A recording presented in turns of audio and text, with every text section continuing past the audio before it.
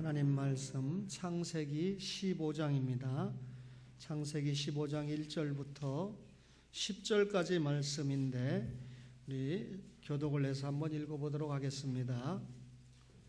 창세기 15장입니다. 이후에 여호와의 말씀이 환상 중에 아브라함에게 임하여 이르시되 아브라함아 두려워하지 말라. 나는 내 방패요 너의 지극히 큰 상급이니라.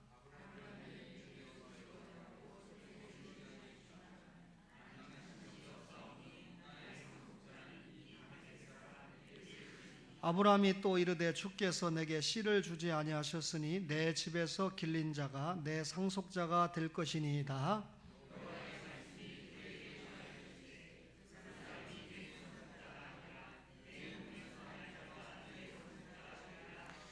그를 이끌고 밖으로 나가 이르시되 하늘을 우러러 뭇별을 셀 수 있나 보라. 또 그에게 이르시되 네 자손이 이와 같으리라.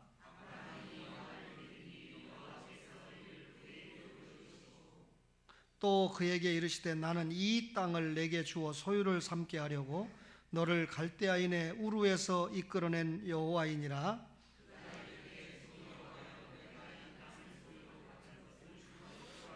여호와께서 그에게 이르시되 나를 위하여 3년 된 암소와 3년 된 암염소와 3년 된 순양과 산비둘기와 집비둘기 새끼를 가져올지니라.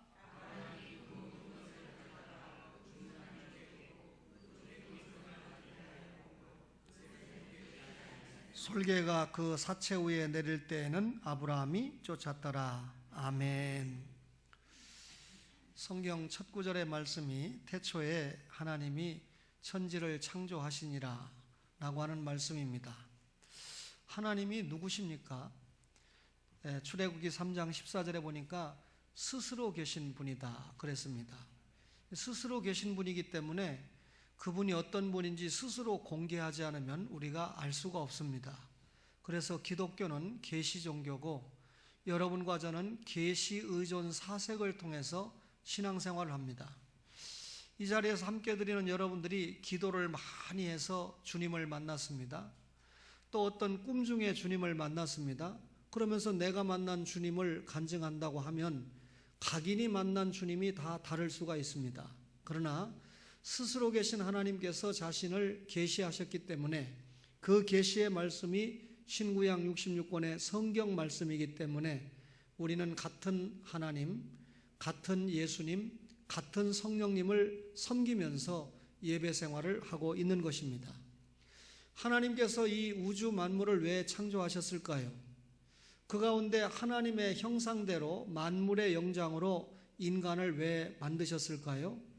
하나님께서는 사람의 협력을 통해서 이 땅에 하나님 나라를 건설하기 위해서 천지를 창조하시고 사람을 창조하신 것입니다. 그런데 우리 사람이 하나님 나라의 동역자로 부름을 받았다는 것 자체가 굉장한 축복이고 또 굉장한 특권이죠. 그런데 이 하나님의 동역자로 부름을 받은 우리가 하나님이 맡겨주신 그 당시에 문화적인 사명을 감당할 때 특권을 선용하는 것이지만 그 사명을 감당하지 못하면 헌일이죠. 여러분, 이 하나님 나라가 될 때 하나님 나라를 이루어가는 방법은 언약입니다. 자, 하나님께서 아담과 에덴 동산에서 하나님 나라를 이루어 가실 때 그 중요한 첫 번째 언약이 창조 언약에 해당되는 선악과 규례 아닙니까? 아담과 하와가 모든 것을 다 취할 수 있지만 동산 중앙에 있는 선악을 알게 하는 나무의 열매는 따먹지 말라라고 하는 약속입니다. 하나님의 언약입니다. 그런데 아담과 하와가 그만 그 선악과 규례를 어겨버리고 말았습니다. 그래서 하나님께서 아담과 하와를 영원히 버릴 수 있지만 이 아담에게 하나님이 곧바로 창세기 3장 15절에 여자의 후손을 통한 대속, 구원을 약속했죠. 앞으로 오실 예수 그리스도의 십자가 보혈을 믿으면 구원을 받고 죄 용서받고 다시 하나님 나라 일꾼으로 회복이 된다. 이것이 구속 언약입니다. 창조 언약에서 구속 언약으로 바뀐 것을 보면 하나님 나라를 이루어 가는 데 있어서 하나님께서 언약을 통해서 이루어 가는데 이 언약을 하나님은 불변하시니까 절대 변하지 않습니다. 그런데 언약을 받은 인간이나 나중에 이스라엘이 이 언약을 어길 때 하나님께서 예수 그리스도가 이 땅에 오시기까지 갱신해가는 과정이 구약의 언약이 변해가는 과정입니다. 근데 여러분, 이 구속 언약을 받았으니까 아담의 후손 가운데 이 셋의 후손들, 그러니까 가인과 아벨이 있는데 가인이 아벨을 죽여버리지 않습니까? 하나님이 아벨 대신에 셋을 주셨으니까 셋 라인을 통해서 예수님이 오시게 돼 있습니다. 그렇다면 셋과 그 후손들은 예수님이 오신다는 것을 대망하면서 그 예수님의 복음에 합당한, 하나님의 말씀에 합당한 삶을 살아야 되는데, 노아 시대 때 보니까 하나님의 아들들이 사람의 딸들과 혼합합니다. 하나님의 아들들이 사람의 딸들과 혼합했다는 말은 오늘날 말로 말하면 예수 믿는 신자와 불신자가 구별되지 않았다, 그 말이죠. 다시 그 시대의 인간들이 하나님 나라를 거부했습니다. 그래서 하나님께서 노아 시대 때 물로 심판을 해버리고 노아와 8가족만 살려서 노아가 새로운 인류의 시조가 되지 않습니까? 그러면 여러분, 이때 노아 홍수 심판 사건 때 하나님이 주신 언약의 보증물이 뭐였냐면 무지개였습니다. 내가 다시는 물로 심판하지 않겠다. 그게 보존 언약이라고 그러죠. 노아가 받은 보존 언약. 무슨 말입니까? 장차 예수님께서 이 땅에 오시고 다시 오실 때까지 지구를 물로 멸망시키는 일이 없겠다. 이 말은 하나님께서 창세기 3장 15절에 여자의 후손을 약속하지 않았습니까? 그 여자의 후손이 이 땅에 오셔서 모든 언약을 성취하고 다시 오셔서 모든 언약을 완성할 때까지 지구와 인류, 세상은 보존이 된다라고 하는 약속입니다. 그러면 노아 후손들이 이걸 믿어야 되는데, 노아 후손 가운데 약 100년쯤 지나니까 니므롯과 그 자손들이 시날 평지에다가 바벨탑을 쌓으면서 하나님이 물 심판할지 모르니까 탑을 쌓자, 그리고 우리 이름을 내자 하면서 또 바벨탑을 쌓는 겁니다. 그래서 하나님이 이 인생들은 도무지 안 되겠다, 그래서 언어를 흩어버리고 하나님께서 갈대아 우르에서 아브라함이라고 하는 사람을 불러서 다시 이제 전체 인류가 아닌 아브라함을 통한 이스라엘이라는 민족을 만들고, 이 이스라엘 민족이 제사장 나라가 되고 거룩한 백성이 돼서, 제사장 나라가 뭡니까? 이스라엘을 선택해서 제사장 나라가 된다는 말은 예루살렘, 유다, 사마리아 땅끝까지 하나님 나라를 확장시키는 민족이 제사장 나라입니다. 그런데 하나님 나라를 확장시키는 배경은 거룩한 백성이죠. 하나님의 말씀대로 사는 백성이 하나님 나라를 확장시킬 수 있지, 여러분, 이 하나님의 말씀에 불순종하는 사람이 하나님 나라를 확장시킬 수 없는 것입니다. 그래서 하나님께서 이때 아브라함을 부르셨지요. 그래서 아브라함으로 하여금 이 인류의 구원을 위해서 복의 전달자로, 그리고 하나님의 언약의 체결자로 아브라함을 불러서 삼게 됩니다. 이때 우리가 아브라함이 받은 언약을 약속 언약이다 이렇게 이야기를 하는데, 창세기 12장 1절에 보니까 여호와께서 아브라함에게 이르시되 너는 너의 고향과 친척과 아버지의 집을 떠나 내가 내게 보여줄 땅으로 가라. 내가 너로 큰 민족을 이루고 내게 복을 주어 내 이름을 창대하게 하리니 너는 복이 될지라 그랬습니다. 말씀드린 대로 아담과 노아 때는 하나님이 전체 인류를 상대로 하나님 나라를 확장시키려고 했는데, 아담과 노아 때 이를 거부하니까 하나님께서 아브라함을 뽑아서 이스라엘 민족을 만들고 이스라엘 민족을 통해서 하나님 나라를 확장시키고자 했던 것입니다. 그래서 여러분, 우리가 구약 성경을 보면 이스라엘 민족이 주를 이루고 있고 이스라엘의 역사가 주로 나타나지 않습니까?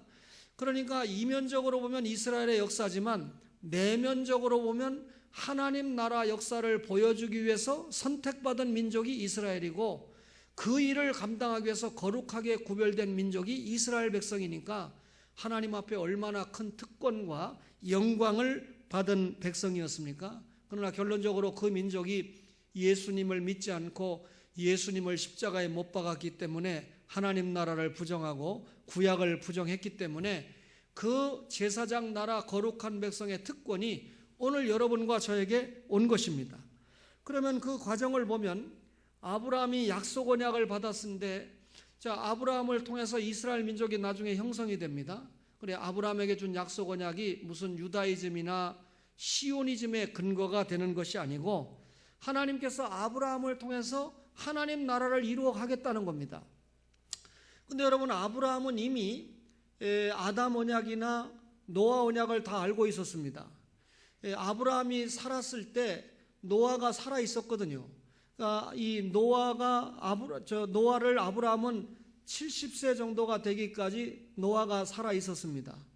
그러니까 아브라함은 아담을 보지 못했지만 노아는 자기 아버지나 자기 할아버지 무드셀라를 통해서 아담의 언약을 계속해서 구두로 전달받았고 눈으로 보았고 그 사실을 아브라함에게 전달해 준 겁니다. 우리가 볼 때. 그래서 바울 사도는 믿음은 들음에서, 들음은 그리스도의 말씀으로 말미암는다.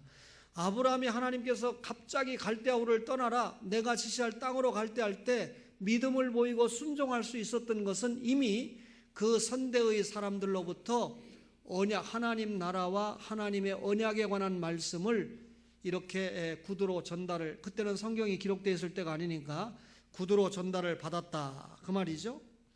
그래서 여러분, 이 아브라함은 하나님의 말씀에 순종을 했는데 시편 105편 8절 이하에 보면 하나님께서 시편 기자를 통해서 아브라함에게 주신 약속 언약을 그는 그의 언약 곧 천대에 걸쳐 명령하신 말씀을 영원히 기억하셨으니 이것은 아브라함과 맺은 언약이고 이삭에게 하신 맹세이며 야곱에게 세우신 율례 곧 이스라엘에게 하신 영원한 언약이라. 이르시기를 내가 가나안 땅을 내게 주어 너희에게 할당된 소유가 되게 하리라 하셨도다. 아브라함이 받은 약속 언약을 시편 105편이 그렇게 표현을 했는데 히브리서 11장 16절에 보면 그들이 이제는 더 나은 본향을 사모하니 곧 하늘에 있는 것이라. 이러므로 하나님이 그들의 하나님이라 일컬음 받으심을 부끄러워하지 아니하셨다. 아브라함과 이삭과 야곱이 하나님 앞에 받은 약속대로 살았습니다. 근데 그 약속을 더 나은 본향을 사모하고 살았다. 그래서 하나님이 그들의 하나님인 것을 부끄러워하지 않고 그들을 위하여 한 성을 예비하셨다라고 기록을 했습니다. 그러면 아브라함과 이삭과 야곱이 약속받은 이스라엘 땅에서 하나님 나라를 이루지만 본질적으로 그들에게 약속된 하나님의 나라는 뭐랍니까? 천국에 있는 하나님 나라. 그래서 이들은 그 성을 바라보면서 이 땅에서 나그네 여로를 살았다, 그 말이죠. 여러분, 가나안 땅에 살고 있는 족장들의 삶과 축복의 내용이 뭘로 결정됩니까? 앞으로 이 아브라함을 통해서 예수님을 보내주겠다라고 하는 그 메시아 예수님을 믿는 믿음 생활이 저들의 진로와 축복을 결정하는 겁니다. 하나님은 아브라함에게 언약을 주셨습니다. 이미 아담에게 언약을 주셨고 노아에게 언약을 주셨지만 그들이 하나님의 언약을 거부해서 하나님이 그 언약을 갱신한 과정에서 아브라함에게 언약을 주셨는데 하나님은 그 언약을 아브라함에게 주셨을 때 아브라함이 믿었다는 겁니다. 창세기 12장 4절에 보니까 이에 아브라함이 여호와의 말씀을 따라갔고, 오늘 읽었던 창세기 15장 6절에 아브라함이 여호와를 믿으니 여호와께서 이를 그의 의로 여기셨다 그랬습니다. 여러분, 아브라함이 누구를 믿었다고요? 여호와 하나님을 믿었다. 창세기 15장 1절에 이후에 여호와의 말씀이 이상 중에 아브라함에게 임하여 이르시되 아브라함아 두려워하지 말라. 나는 내 방패요 너의 지극히 큰 상급이니라. 아브라함이 하나님을 믿었는데 어떤 하나님을 믿었습니까? 지금 아브라함에게 나타난 하나님은 세 가지 말씀을 주시는데 우선 위로의 하나님으로 믿었어요. 아브라함에게 뭐라고 했습니까? 두려워하지 말아라.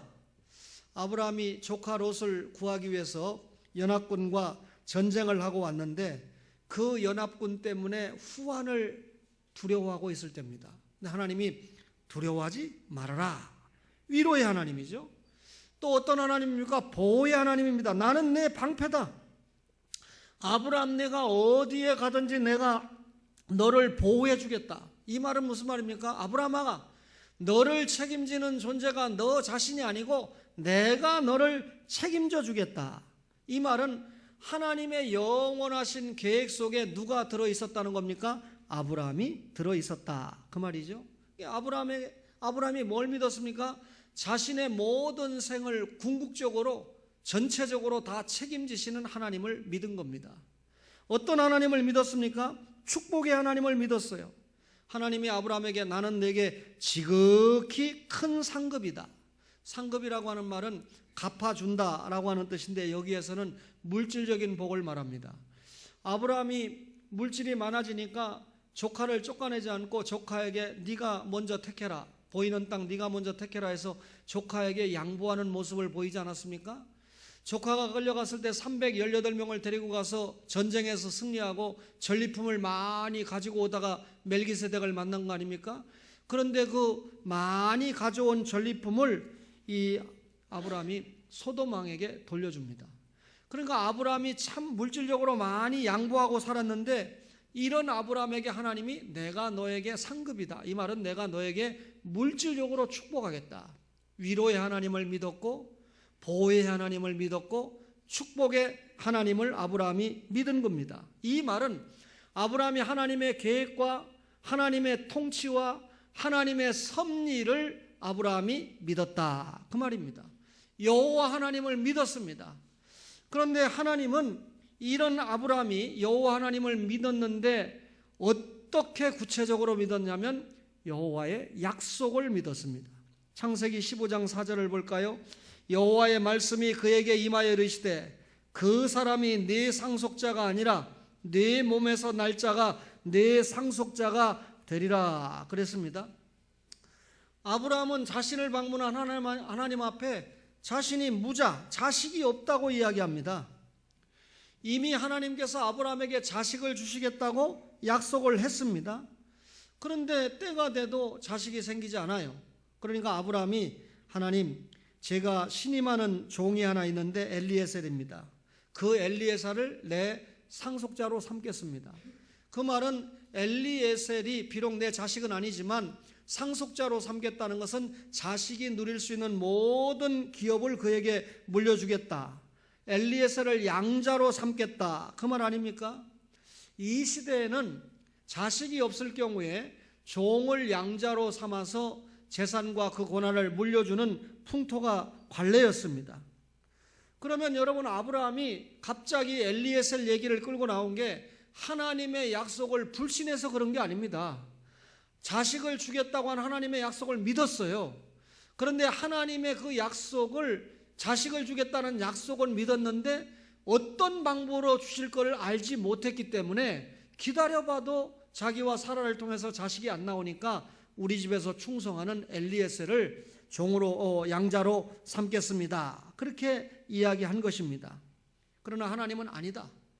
내 집에 있는 종이 상속자가 될 것이 아니고 내 몸에서 날 자가 반드시 내 후사가 된다, 이렇게 약속했죠. 그래서 이런 아브라함을 끌고 나와서 야, 하늘의 무별을 봐라. 예, 별이 숫자가 참 많지요. 하나님께서 하늘의 별과 같이 내 자손이 많으리라, 이렇게 약속을 합니다. 아브라함에게 하늘의 별과 같은 자손이 있겠다라고 하는 말은 무슨 말입니까? 아브라함과 다윗의 후손으로 오시는 예수 그리스도를 믿는 영적인 후손이 그렇게 많겠다, 그런 약속을 아브라함에게 준 거죠. 그러면 여러분, 아브라함은 이렇게 하나님 앞에 이 약속을 받을 때 별과 같은 많은 빛의 자손을 주겠다, 영광의 자손을 주겠다, 이 말은 아브라함을 통해서 예수 그리스도가 오시고 예수 그리스도를 믿는 선민이 그렇게 많겠다라고 하는 약속을 주신 거죠. 아브라함이 이걸 믿었습니다. 하나님의 약속을 믿었습니다. 그러니까 하나님께서 아브라함의 이런 믿음을 의로 여기셨다 그랬습니다. 여러분, 사실 아브라함이 자녀를 낳는다는 것은 기대할 수가 없는 일입니다. 자기의 이 씨를 받아서 애를 낳아야 될 사라가 평생 자녀를 낳아보지 못했고, 이미 아브라함은 하란을 떠날 때 75세고 10살 어린 아내는 65세였습니다. 여러분, 그때나 지금이나 65세는 출산하기에 늙은 나이입니다. 나중에 사라가 말하기를 경수가 끊어졌다, 이렇게 말하지 않습니까? 그런데 여러분, 하나님은 이런 가정에 도대체 아브라함과 사라의 모습을 볼 때 도무지 불가능한 일이지만 아들을 주겠다, 이삭을 주겠다 약속을 했습니다. 이 사실에 아브라함은 정확하게 믿었다는 거죠. 여러분, 아브라함이 자신을 보나 사라의 형편을 보면 도무지 믿을 수 없는 일입니다. 그러나 하나님의 말씀이었기 때문에 믿었다는 거죠. 하나님의 약속이었기 때문에 믿었다는 거죠. 그리고 그 약속에 조금도 흔들림이 없었습니다. 이렇게 여호와 하나님을 믿었고 그 하나님의 약속을 믿었던 아브라함을 하나님이 어떻게 했습니까? 의롭다 여기셨다. 창세기 15장 6절에 여호와께서 이를 그의 의로 여기시고 그랬습니다. 여러분, 하나님은 사람들로 하여금 하나님을 믿기를 기다리고 계십니다. 그죠? 인간의 역사는 그럼에도 불구하고 하나님을 믿지 않는 반항의 역사가 아담 이후의 역사로 기록이 되고 있습니다. 하나님의 인격, 하나님의 존재, 하나님의 말씀을 믿지 않았습니다. 하나님이 주신 약속도 믿지 않았습니다. 그런 가운데도 오늘 부름받은 아브라함은 달랐다는 거죠. 아브라함은 하나님의 인격을 그대로 믿었습니다.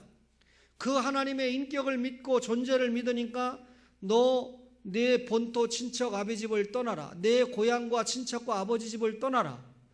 여러분, 요즘 같은 세상도 아니고 그 당시에 자기의 고향과 아비와 친척 집을 다 떠나버리면 낯설은 타양 땅에 가서 살아야 되는데 그 불안이라는 것은 이루 말할 수 없습니다. 근데 아브라함은 그대로 순종하지 않았습니까? 이 고향과 친척과 아버지 집을 떠나라고 하는 하나님의 명령에 그대로 순종하는 것이 보통 순종이 아니고 아브라함의 이 순종은 큰 순종이었다는 거죠. 하나님께서 아브라함에게 말씀을 주실 때 아브라함이 조금의 의심도 없었습니다. 인간의 생각과 판단으로는 납득할 수 없는 약속이었지만 그는 하나님의 약속을 견고하게 믿었고 그 하나님의 약속의 성취를 기다리게 되었던 것입니다. 하나님은 이런 아브라함을 향해서 그 믿음을 인정하신 겁니다. 세상 사람들이 하나님을 믿어주지 않는다 하더라도 아브라함은 하나님을 향해서 변치 않는 믿음을 보여주었습니다. 저는 기도했습니다. 왜 하필 포항에 지진이 났는데 포항 읍내가 아니고 그 옆에 흥해 한동대학이 있는 쪽이었을까? 여러분, 한동대학이 출발할 때 대한민국의 이 기독 정신, 기독 인재를 길러낸다는 굉장한 기대를 가지고 출발을 했습니다. 근데 항상 이 가나안을 애굽을 나와서 가나안 땅에 있을 때 여러분 이 광야 40년을 통과해서 가나안 땅에 들어가서 배불리 먹을 때 문제가 되거든요. 그래서 모세가 이걸 알기 때문에 신명기를 통해서 귀한 설교를 남긴 거 아닙니까? 우리가 어려울 때는 예수 잘 믿는데 무엇인가 외적으로 축복을 받았을 때 자꾸 떠나거든요. 제가 생각할 때 한동대도 출발은 너무 좋았는데 지금 그 당시에 기독 정신이 점점 멀어지지 않는가. 제가 1970년대 80년대 목사님들이 많은 간증을 하실 때 어느 회사를 이야기하면서 그 회사는 주일날 문 연다고 그러면 계약도 안 해주는 회사였다면서 그 장로님과 회장님을 자꾸 간증을 해서 저는 뭐 애당초 사람 간증하는 거 아니라고 얘기하잖아요. 이 시간 하나님의 말씀만 전하는데 말씀 전하는데 약간 필요한 예화를 여러분에게 드리고 있는데 그분이 그렇게 살다가 죽으면 간증해도 됩니다. 검증이 됐으니까. 근데 변했잖아요. 지금 그 회사하고 계약하는데 주일날 문 닫는다고 하면 절대 계약 안 해주죠. 그러니까 처음에는 기독정신으로 출발했다가 완전히 기독정신을 버리는 쪽으로 갑니다.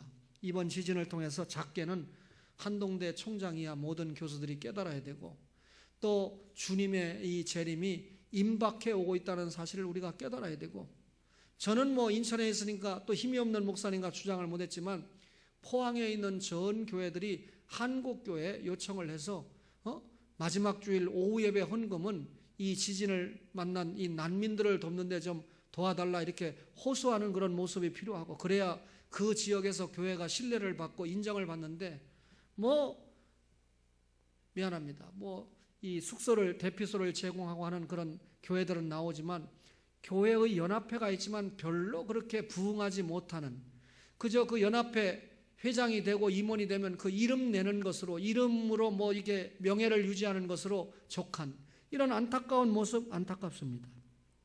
아브라함은 큰 순종을 했습니다. 이런 변치 않는 믿음을 보인 아브라함을 하나님이 의롭다 하셨습니다. 아브라함의 모든 죄와 허물을 용서하셨습니다. 여러분, 하나님께서 아브라함이 갈대아 우르에 살고 있을 때, 아브라함도 젊고 사라도 젊었을 때 얼마든지 자식을 줄 수 있었습니다. 그런데 왜 하나님이 그때 안 주시고 반드시 아브라함을 가나안 땅에 끌고 와서 늦게 자식을 주었을까요? 아브라함이 낳는 자식 이상은 누구의 예표입니까? 예수 그리스도의 예표입니다. 아브라함의 후손으로 오는 예수님이 어디에서 태어납니까? 가나안 땅 베들레헴에서 탄생하십니다.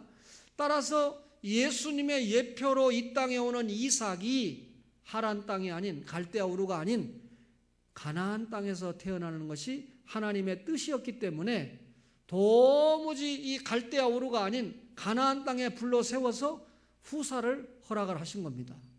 뿐만 아니라 사라가 경수가 끊어지기 전에 주실 일이지, 사라가 경수가 끊어져서 도무지 자식을 낳을 수 없는 그런 형편인데 약속을 주셨고, 급기야는 결국은 아브라함이 100세에 이 아들을 얻은 거 아닙니까? 이 말은 무슨 말입니까?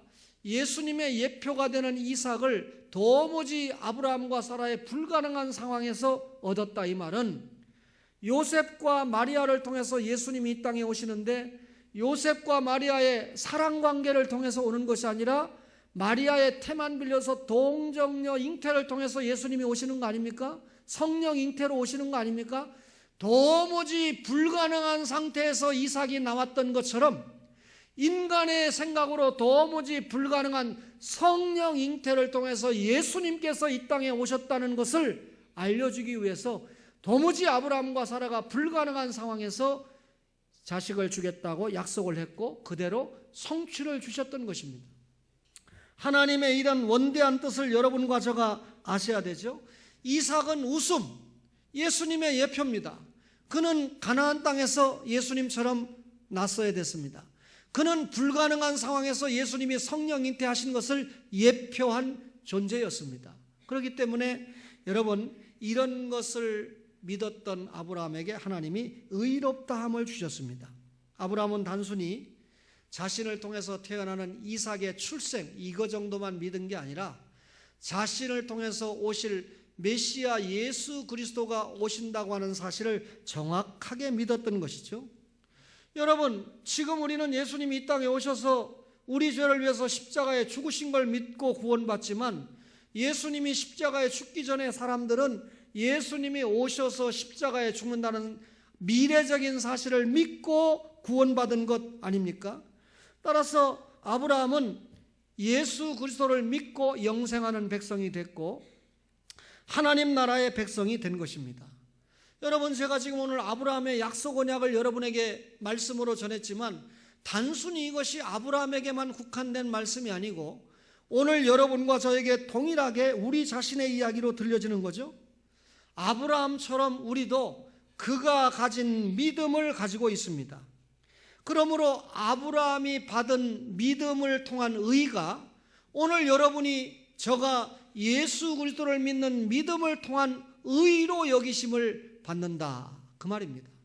여러분과 저가 예수님의 십자가가 믿어집니까? 예수님의 부활이 믿어집니까? 성령님께서 여러분과 저에게 믿어지도록 선물로 주시고 역사하신 줄로 믿습니다. 하나님은 아브라함의 믿음을 의로 여기셨다 그랬습니다. 하나님은 이어 가나안 땅도 주신다고 했습니다.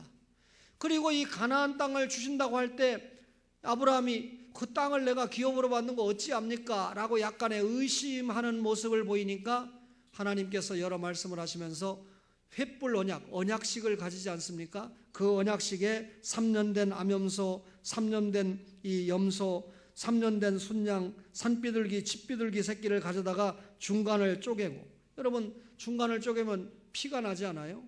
피의 언약이 횃불 언약입니다. 예, 조폭들이 이 보스에게 무슨 약속을 할 때 손가락을 베고 피를 보면서 약속을 하는 게 창세기 15장을 어떻게 그렇게 잘 이해하는지. 베리트, 이 언약이라는 뜻인데 자르다, 이 둘로 쪼개다 이런 뜻입니다.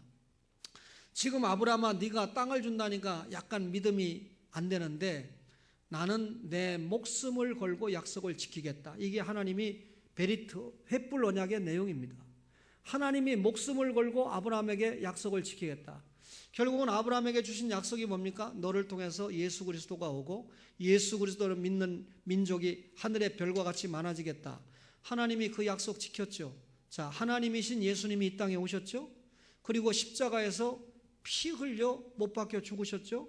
횃불 언약의 짐승이 피를 흘린 것처럼 그건 뭡니까? 예수님이 십자가에서 피 흘릴 걸 예표한 거 아닙니까? 예수님이 십자가에서 피 흘리시면서 내가 다 이루었다 이 말은 하나님께서 아브라함에게 약속한 모든 약속을 다 지켰다라고 하는 그런 의미가 있는 것입니다. 여러분, 하나님은 이렇게 말씀하시면 반드시 불변하시는 성품에 의해서 지키십니다. 문제는 이 하나님의 약속을 불신앙하는 우리가 문제인 거죠. 여러분, 아브라함이 이런 약속을 받았는데 그 약속을 받은 대로 신약시대가 열리면서 마태복음 1장 1절에 아브라함과 다윗의 자손 예수 그리스도의 계보라. 예수님을 이야기하면서 구약의 아브라함을 끌고 왔고 다윗을 끌고 왔습니다.